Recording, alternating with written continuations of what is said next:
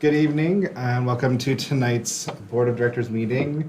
Today is Tuesday, November 19th, 2024. I'd like to call this meeting to order at 6 p.m.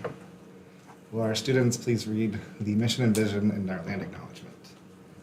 Vision, to be an innovative, sustainable model of academic excellence for all students that creates well-rounded, lifelong learners and global citizens.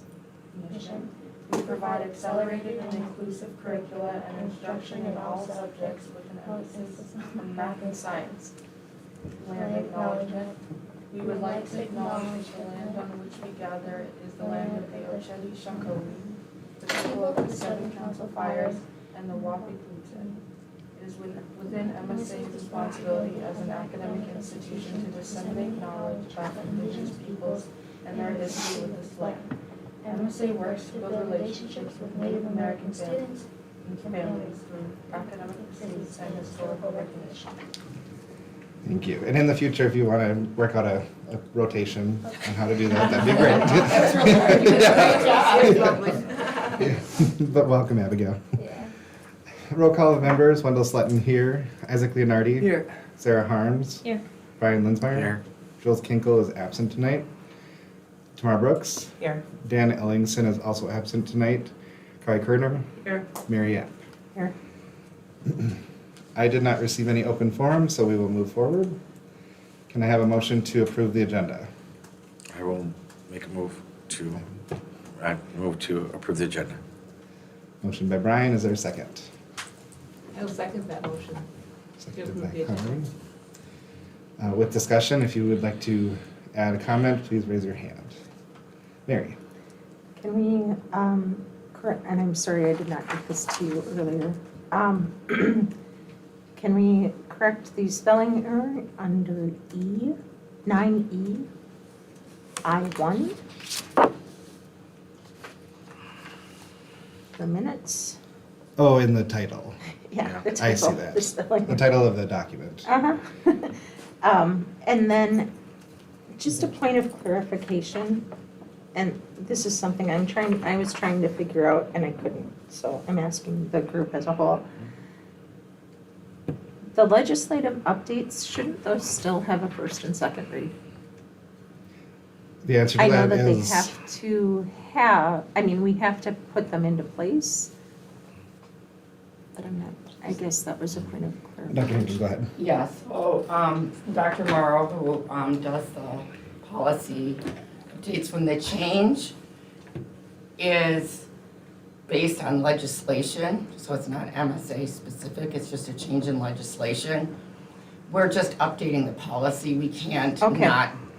we don't have any discretion on that, so it's just an update in the legislation. Okay. Okay. Any further discussion? Again, thank you for any updates for the minutes. I think that process worked out very smoothly. All right. That in favor, or that being said, all in favor? Aye. Opposed? Abstain? Motion passes unanimously. Are there any conflicts of interest in tonight's meeting? Hearing none, moving forward. Can I have a motion to approve the minutes? A motion to approve the minutes. Motion by Tamara Brooks. Is there a second? I will second. Second by Winsmeyer. Discussion? Is it? I had one more first question on page 4, bottom, 10CI3. It says free and reduced and special education students are not included in this report due to a small number of students in these sections. Should it be something more like free and reduced and special education sections are not included? Because they're still included in the big percentage, correct? I think that, and the reason what that was trying to capture, and I don't know if it captured it effectively, was that going by grade level, I can't list out free and reduced and special education because the cell size is too small. So maybe, due to the small cell size, is maybe the better way to say it, because that's how MDE would say. Well, that makes I had sense, doesn't to go it? back and remember what was said specifically, but maybe put in parentheses by students, cell size. Mhm. The first students. Mhm. Or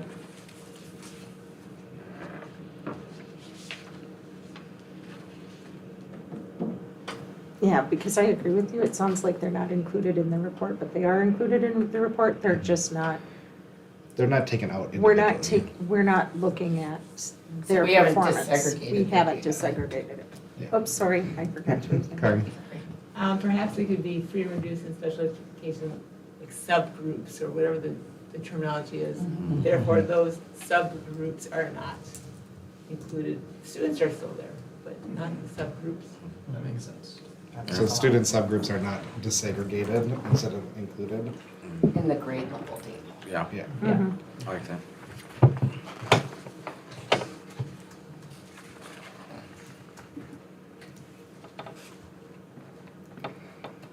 Sarah, did you get that? Kind of. So we're thinking about changing free and reduced and special education subgroups are not included in this report. So just students to subgroups, is that, Students and Reflective. subgroups are not disaggregated are not disaggregated? because they're included in the overall Okay. picture. They're just not, you can't look at that specific data. In the grade level data. Yeah. So can she say they are included but not disaggregated? Okay. Yeah. Are included but not disaggregated.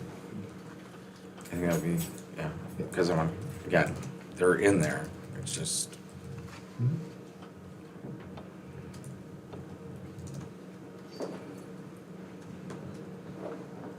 Thank you, Isaac. Are you good, Sarah? Yeah. Any further discussion?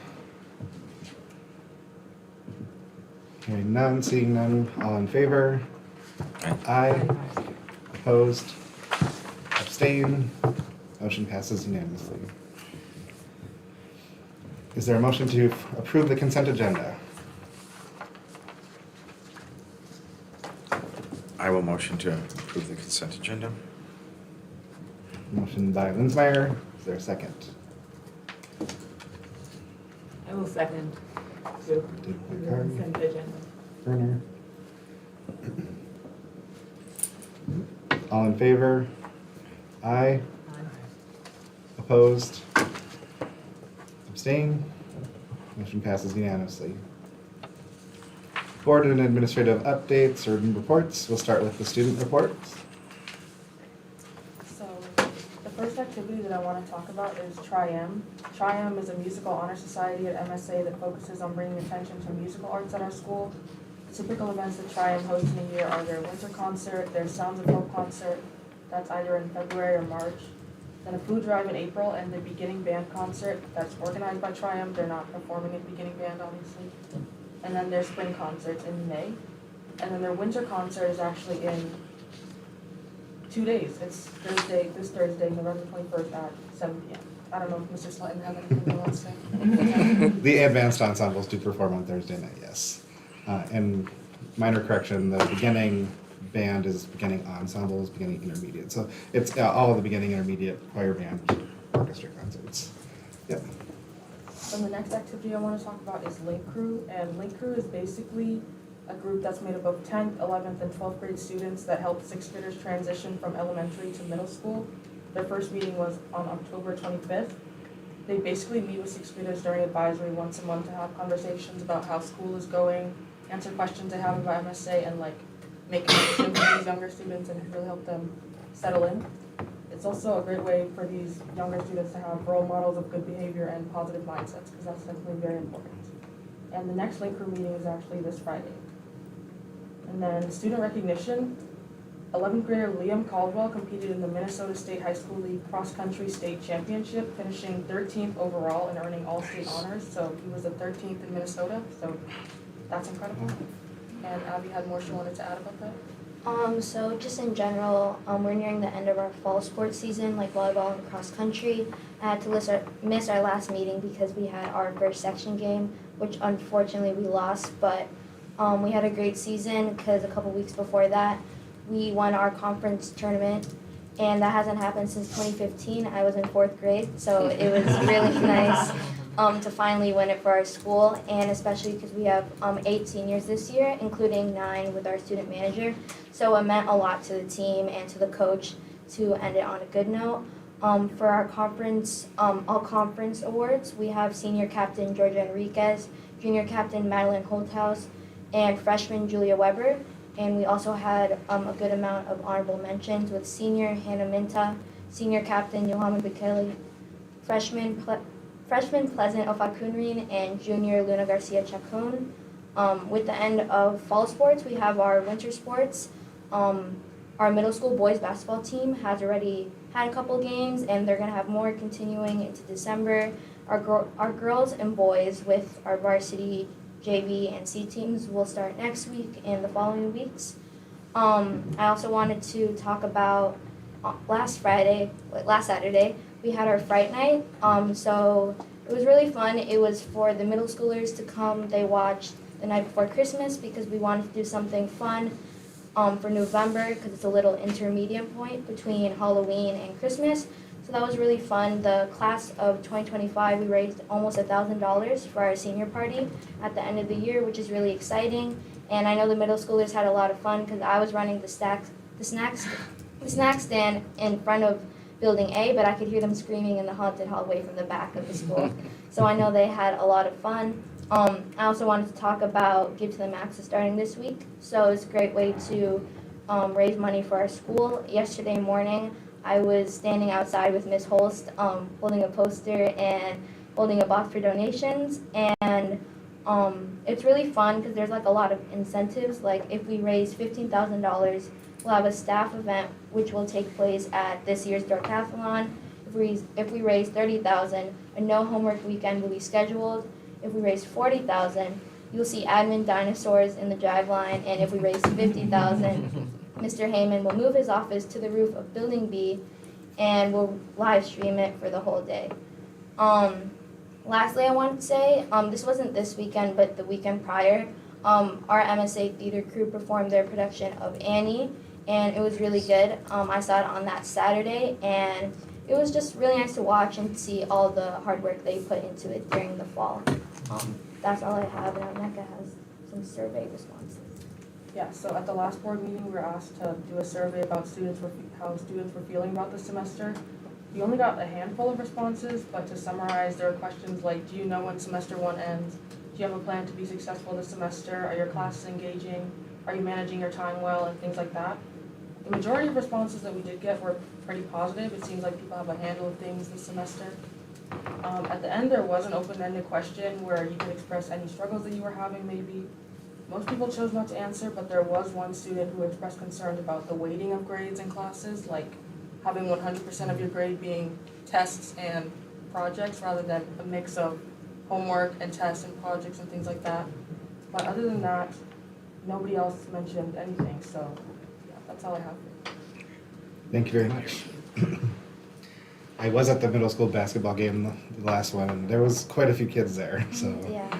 just a reminder that as board members, we should try to make ourselves present. I do believe, have we gotten the 2 of you name tags so that when you do participate in events, No. you can, No. okay, so let's make sure to get those to you. And then there is a document that you shared as far as tracking and people going to events Yeah. and stuff like that. So keep that in mind I'll as share you participate in community events. So, thank you very much.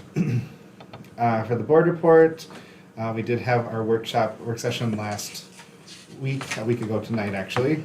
It was a very good and productive workshop. We talked about our overall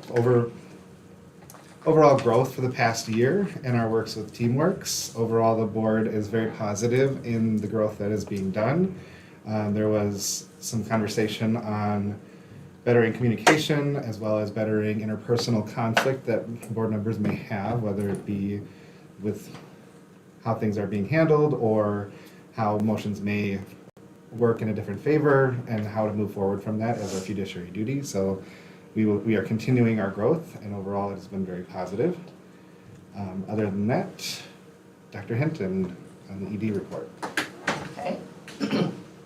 I've been telling my husband all week I'm getting sick. He just wonders what day I will actually be sick, but I told him I'm not gonna be sick, I'm just gonna be better, so do my best here tonight.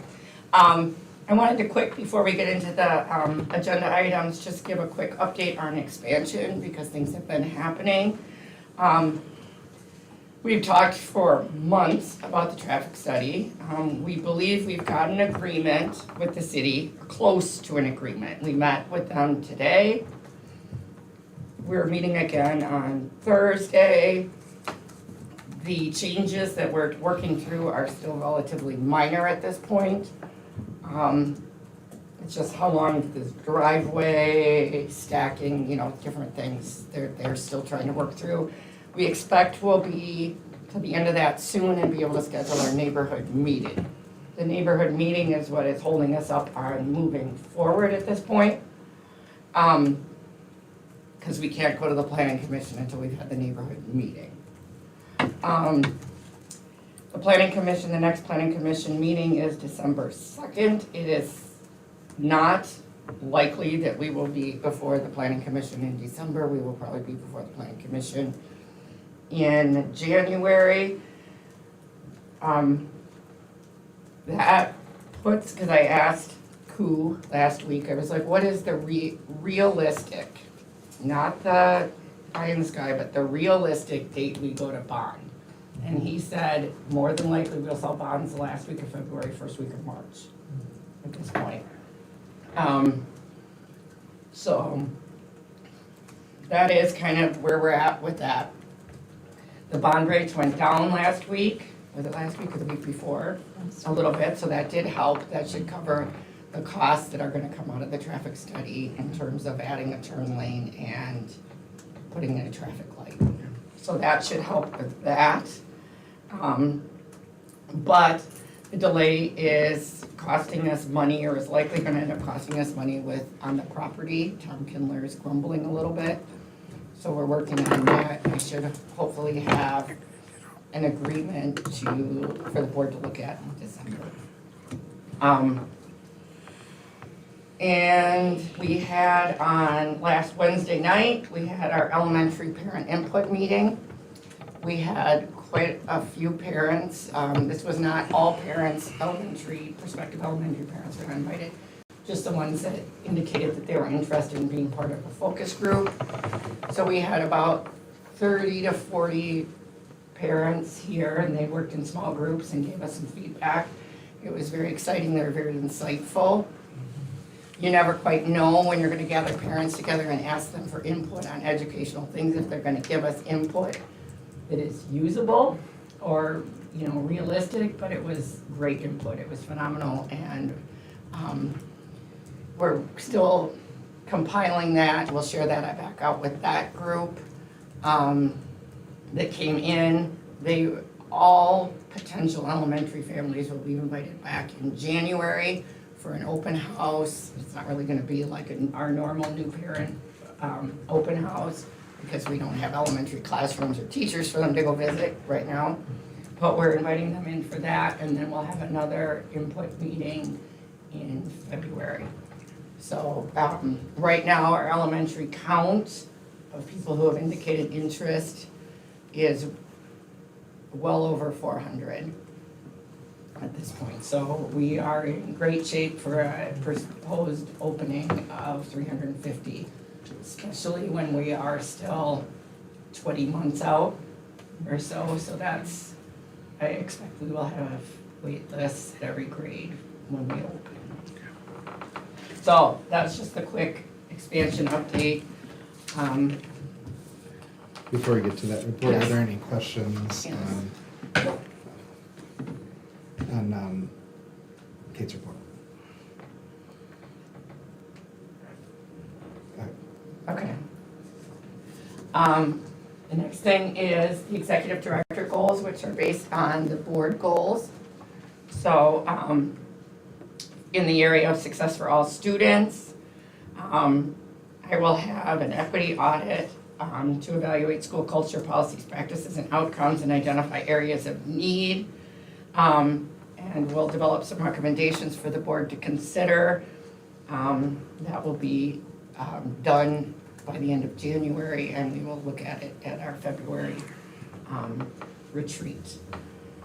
I'm not gonna go through and read every one of the metrics, you guys can read those, but that's the overall thing. The other goal is around governance, so twice annually, I will report to the BOD on progress towards achieving our charter school contract goals. We'll do that tonight, and then again in May. And then on expansion, I will engage the community and stakeholder voice in an expansion which ensures financial success for MSA through expansion and quality educational experiences for all students. And there's a number of metrics there that are listed. And I'll continue to report those back out to you. Could you include your coffee with the ED in that metric? Just curious. Yes.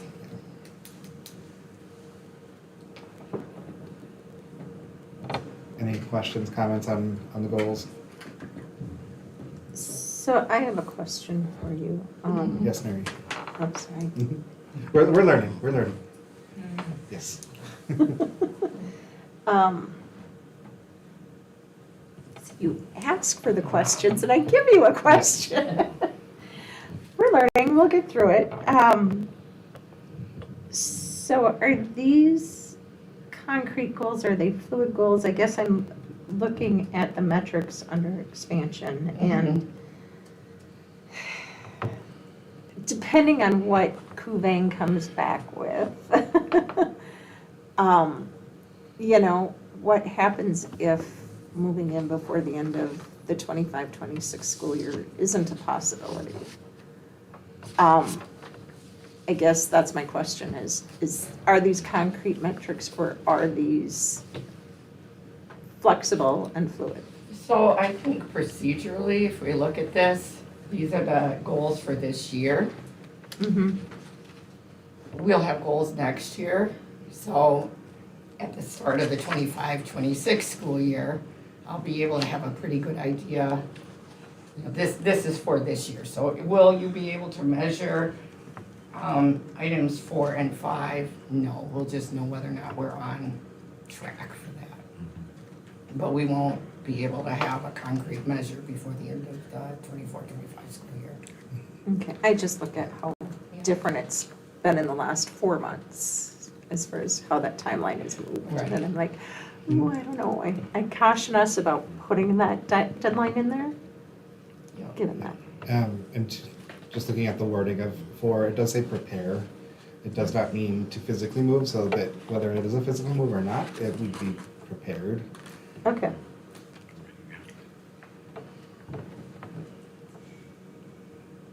So in that sense, yes, it could be fluid. Any other questions? Well, we are excited and anxious to see your progress. Okay, the next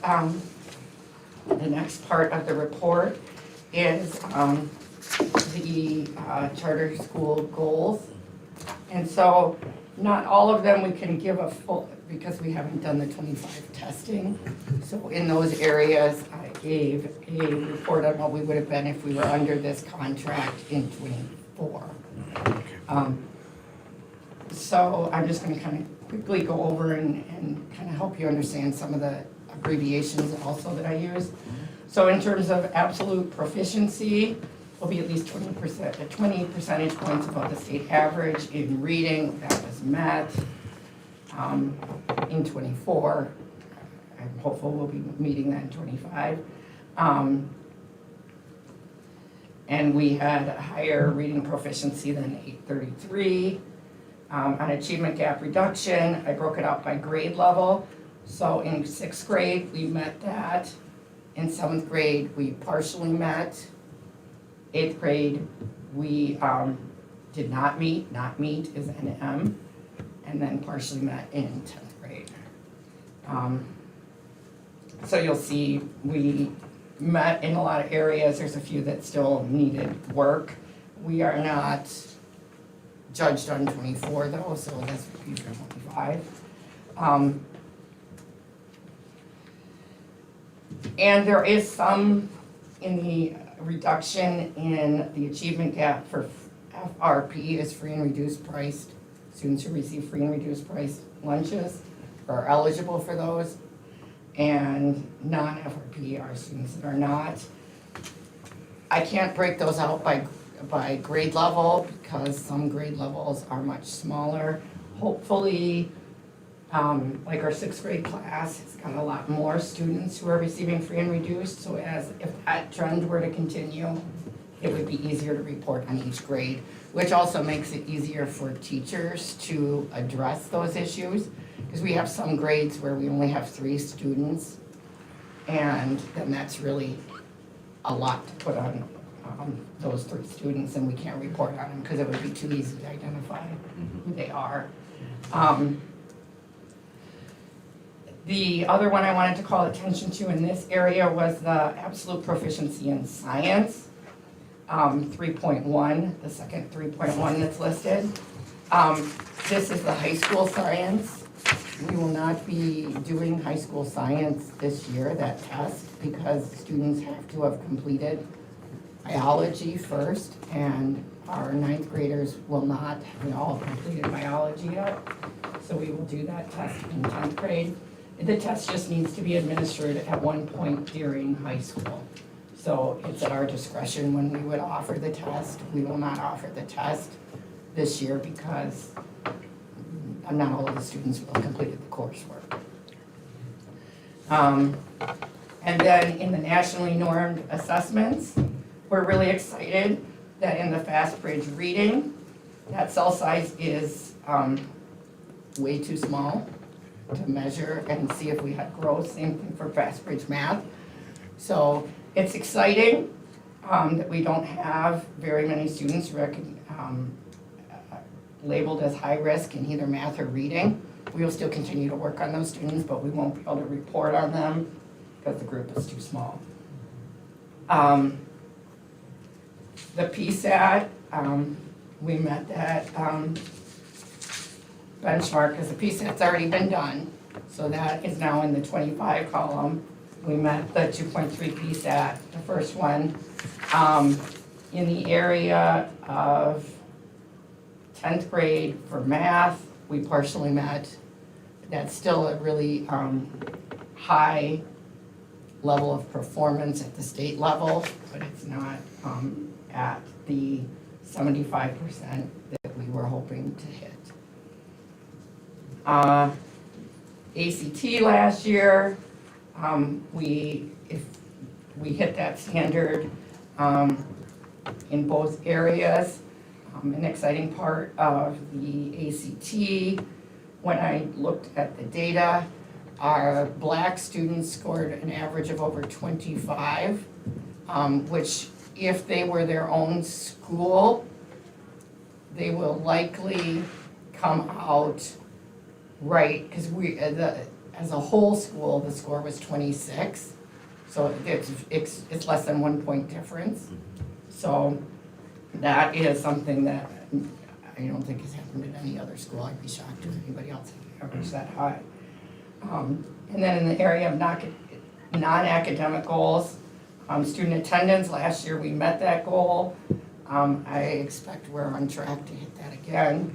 The professional development, 15 hours of MTSS training, and DEI and special ed training, we are on track. I think we've probably come close to hitting that already. Staff diversity, we increased the number of licensed staff by at least 1. I think we went up by 2 this year, so we met that goal.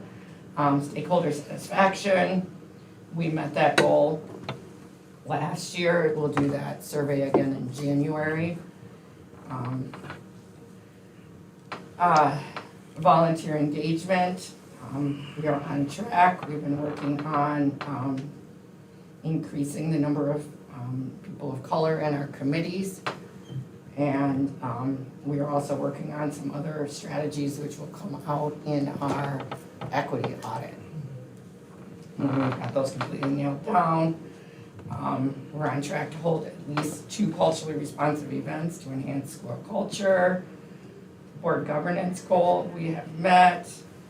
9.1, 9.2, 9.3. We are on track. We've already had 1 external board review. We will have another one before the end of the year. And School year. School year. School year, Yes. sorry. I'm had enough Advil that I can sit down. And about 9.4, we still need to work on, that's developing a leadership succession plan. And then 9.5 is the equity audit, which we are on track to have that finished and ready for the board to take some action at the February session. Are there any questions? All right. What is the school leadership succession plan? That's a plan for what we would do if you were to have an executive director. Okay.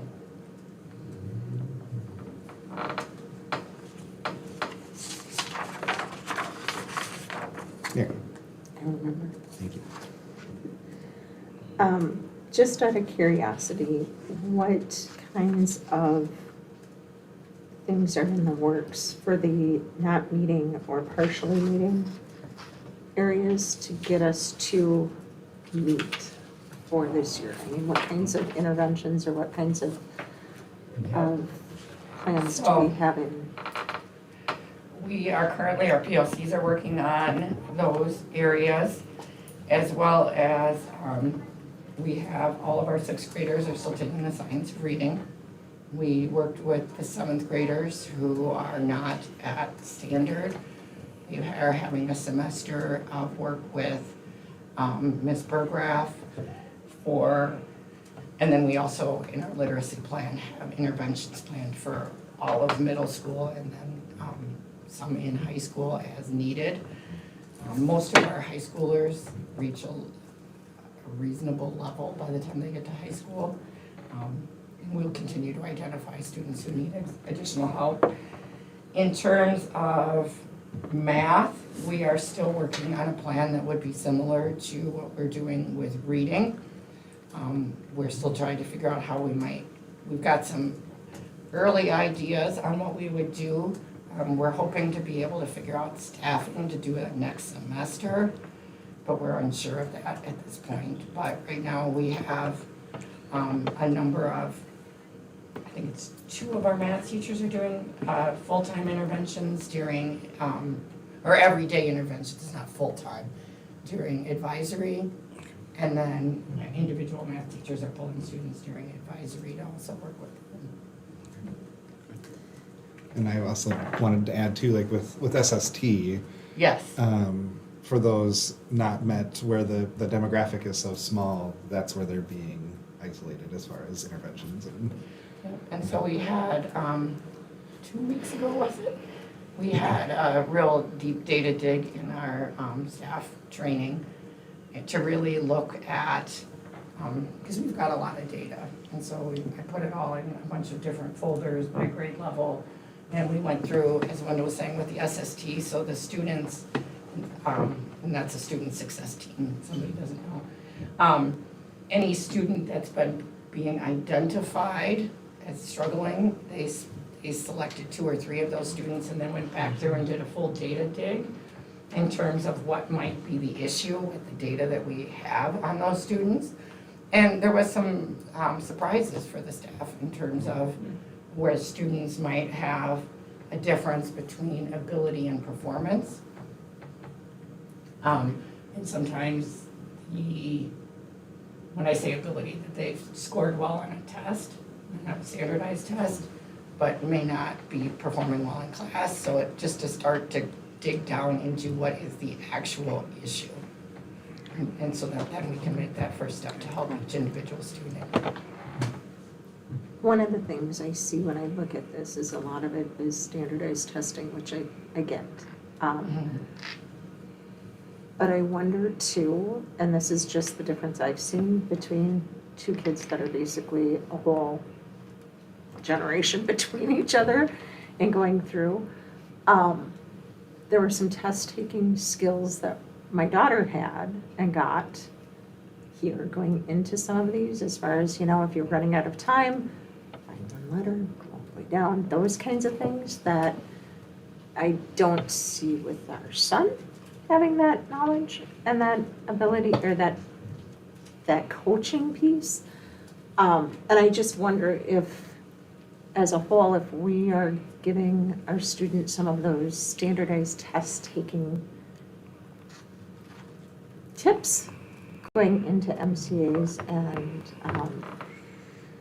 Fastbridge and ACTs and some of those things. Just something to consider and ponder, but an idea that, you know, is it the fact that there's a time now? That, okay, this is a big test and I have to do well, and how do we do this kind of a thing, and managing that time? I don't know. We could look at that, certainly. I mean, I'm not saying it shouldn't happen in the classroom and with the different subject areas. I think it should. But I think sometimes it's just, how do you cope with a test? So more of the social emotional side of test taking, because I would hope that no student is being coached to just, if you run out of time, just AAA on everything, because that to me is not test taking. But I understand like the social emotional side of things, like how to manage your stress during times like this, like that component of it. I just was looking for a little clarification. So, It depends on the test. Yeah. Right. All tests are timed. right, but on a timed test, if you're running out of time, and this is something you get from Huntington to the various different testing organizations, they'll say, pick a letter, because you're better off filling in a spot than not filling in anything on some of those time tests. And I don't know. Right. But I also want to be careful, because I don't want to like teach to a test. I mean, developing the skills, a study skill class or something would be optional. But I also don't want to take away instructional time of the math teachers or the reading teachers about the good skill set. And I do understand, as one that struggled with tests, is how do you calm down? How do you get through? How do you process throughout? Because the whole testing game is a game. And unfortunately, that's where we measure everything in education. I know it comes down to a number on a test. They take the value out of the student out. So I don't want to exactly teach to a test or skill like that. But maybe a weekly like suggestion. I don't know. I mean, that's where I'm cautious. Yeah, I'm just saying, could it be something So I guess turned the into board that level advisory? question is what are we doing as a school to educate students on That'd be test taking Techniques. Yeah. techniques? So I think that it happens, That'd be a great design. we have our reading, our ELA teachers working with the students and how to take the, because we have to be real careful on the test, because sometimes if you say to a, how you say, oh, pick letter B and stick with it, sometimes the student gets tired while they're testing and will just pick B and stick with it as opposed to not. Because like MCA, you can stop and go back at it tomorrow or later. So it's gonna depend on the test in terms of what the strategy might be. ACT and PSAT, I believe, are the only timed ones we give. And ACT, I think, is timed. ACT and Yeah, PSAT. ACT and PSAT, but just a thought of how are we coaching them going into those tests to make them not as scary? Yeah, and you have to be careful because when you do too much coaching, sometimes you freak them out more too. Yeah. So, yeah, we'll take a look at that. Any other questions? All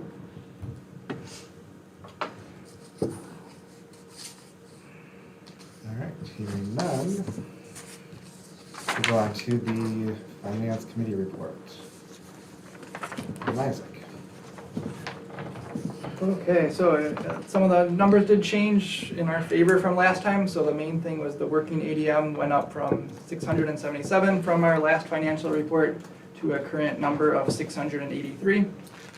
Our actual ADM right now is 686, so that's actually a little bit higher than our working budget ADM, so there's still a little bit of a cushion in case the ADM goes down for any reason. The current working budget surplus is nearly 117,000. We meet our requirements.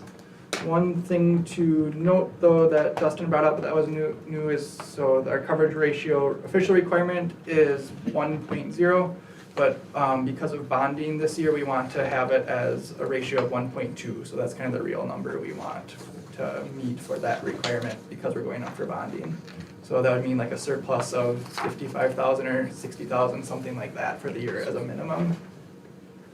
We're already 33% of the way through the fiscal year reports, and the revenues are right around 33%. The expenditures are a bit behind at 25%, but that's what we'd expect with end of the year payments and contracted service payments for a later time. We've already mentioned Give to the Max week, so donations are accepted in the carpool line, the offices, or online. The audit has been completed. There are drafts in the board folder, and the plan is for the audit group to present at the next board meeting, is how I under. They were gonna be here tonight, but they were double booked. Rescheduled, so. They rescheduled for next week. Next meeting. From what we've heard, there's no findings and a clean audit. The final note is we're not planning to meet as a finance department in December with the shorter month of school days and busy schedules. So we would review November, December financial reports in January and then approve those at the January board meeting. Okay, I move to approve the October financial reports. Is there a second? I will second Isaac's movement. Motion. Discussion?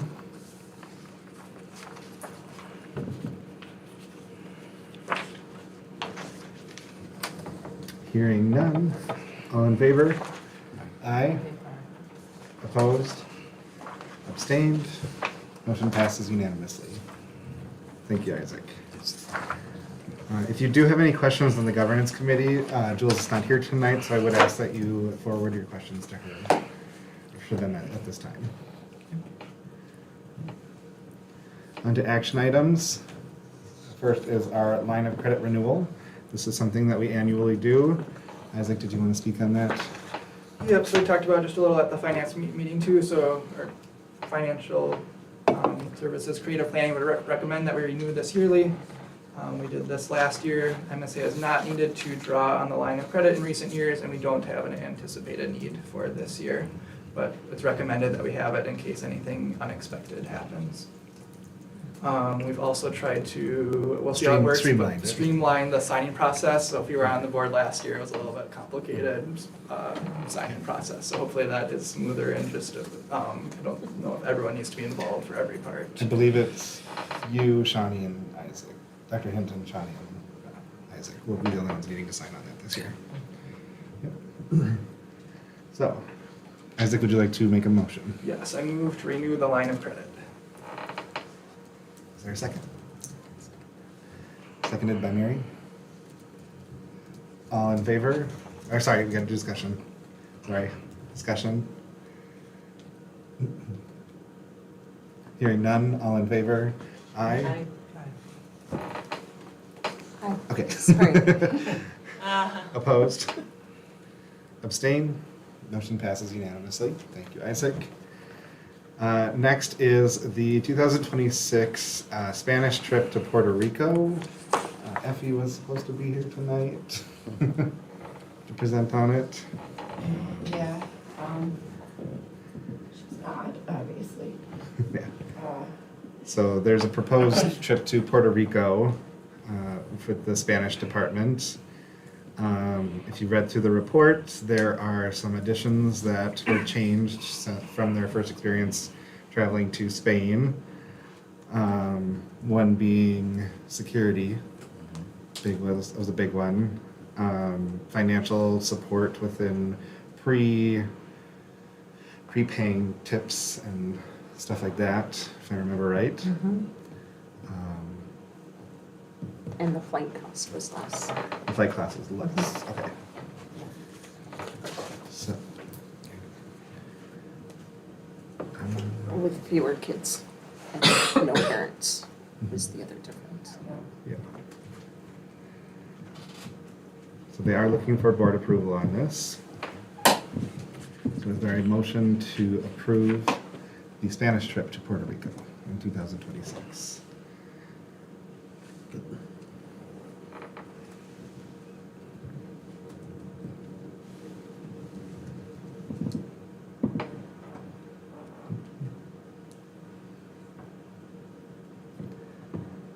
Yes.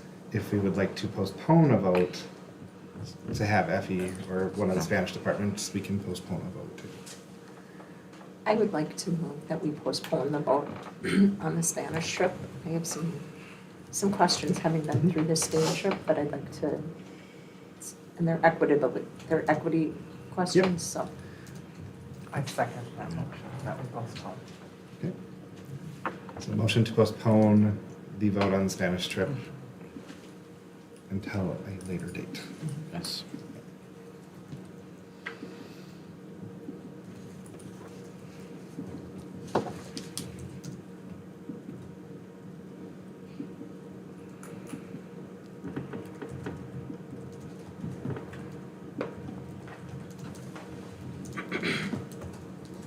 Just making sure we have everything.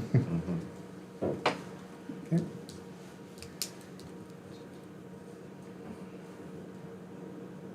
Any further discussion? So the questions of equity would need to be answered by those in charge. Yes, thank you. Representation. Any further discussion? That's fine. Hearing none, all in favor? Aye. For the postpone. Opposed? Abstained? Motion passes unanimously. So, future items, we do have a mid-year check-in with our executive director. Like we said, the financial audit will be presented to us in December, and we will do some finance training in January. February, the workshop, yeah, January workshop. Any other future items to put on the radar? Calendar for next year. Calendar. 25, 26. School calendar. School calendar. School calendar. School. Thank you. Just a question about that, who sets the school calendar? Is it Administration set by the and- school district, or Well, do you it's follow the district's? 833 we follow, but it's set by a committee of admin and staff. Then they make a recommendation. Yep. And it usually takes a couple of reads and Yep. And it changes every once in a while too, because we're 833. All right. Is there a motion to adjourn? A motion to adjourn. Is there a second? I will second. Motion to adjourn at 6:49 PM. All in favor? Aye. Opposed? Abstained? Motion passes. Thank you, everybody.